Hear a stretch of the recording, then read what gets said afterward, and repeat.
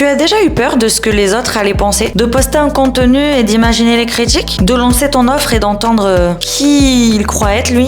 Si tu t'es déjà retenu à cause du regard des autres, sache que tu n'es pas seul. Et surtout, tu n'as pas à laisser cette peur décider pour toi. Tu l'as compris, aujourd'hui, on va parler de dépasser la peur du jugement pour assumer ton business. Je te laisse avec ton épisode.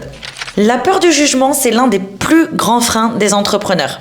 Elle peut se cacher derrière plein de comportements. Reporter la création de contenu, lancer son offre à moitié ou même ne pas la lancer du tout d'ailleurs, ne jamais montrer son visage, douter en permanence de sa légitimité. Et le pire, c'est qu'on s'imagine souvent un jugement bien plus dur que la réalité. Résultat, au lieu d'oser, on s'auto-sabote. Mais il y a une vérité que je veux que tu retiennes aujourd'hui. Les seules personnes qui ne seront jamais jugées, c'est celles qui ne font rien. Mais je le sais, c'est plus facile à dire qu'à faire. Alors j'ai décidé de te partager comment dépasser cette peur et assumer pleinement ton business.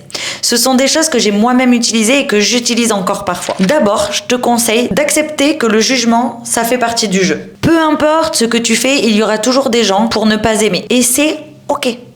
Ton objectif, ce n'est pas de plaire à tout le monde, mais de plaire à ta cible, aux personnes qui comptent vraiment pour toi, que tu veux vraiment attirer pour travailler avec. Donc les autres, on s'en fout en fait.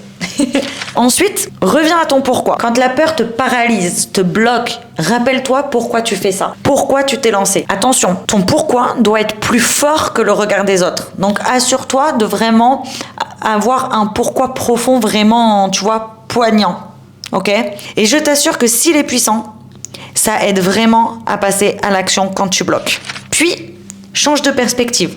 Au lieu de penser « et si on me juge ?» pense plutôt « et si ça aidait la bonne personne ?» Ton contenu, ton offre, ton message, ils ne sont pas pour convaincre tout le monde, mais pour toucher ceux qui en ont besoin et qui te ressemblent en fait. Quand tu te rappelles ça, ça réconforte et tu passes beaucoup plus facilement à l'action, je t'assure.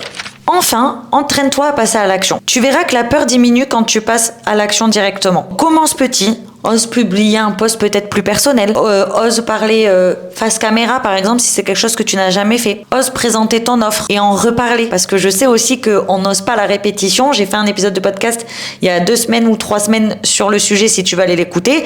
Mais ose répéter. À chaque pas, tu construis de la confiance. Prends conscience aussi que la peur du jugement ne disparaît jamais vraiment complètement, ok ? Mais tu peux vraiment apprendre à ne plus la laisser diriger tes choix. C'est ça en fait l'exercice. C'est ok, j'ai peur. J'ai peur qu'on me juge, j'ai peur d'y aller parce que c'est inconnu.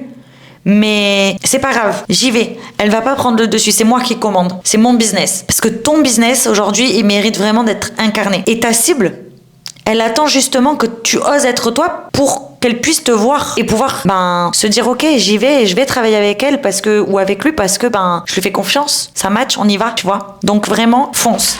Allez, c'est tout pour moi pour cette semaine. J'espère vraiment que cet épisode t'aura donné des clés, t'aura permis de te rendre compte que la peur du jugement, oui, elle est là, mais c'est pas grave. On apprend à vivre avec, on se dépasse, on passe à l'action, on se met le coup de pied aux fesses qu'il faut en fait et let's go. Ok. Si tu as besoin d'échanger un peu plus sur le sujet, tu peux commenter ce podcast. Tu peux aussi liker cet épisode et même noter le podcast pour m'aider à le faire connaître un peu plus. Et puis moi, je te dis à la semaine prochaine pour un nouvel épisode de Shineline. Ciao!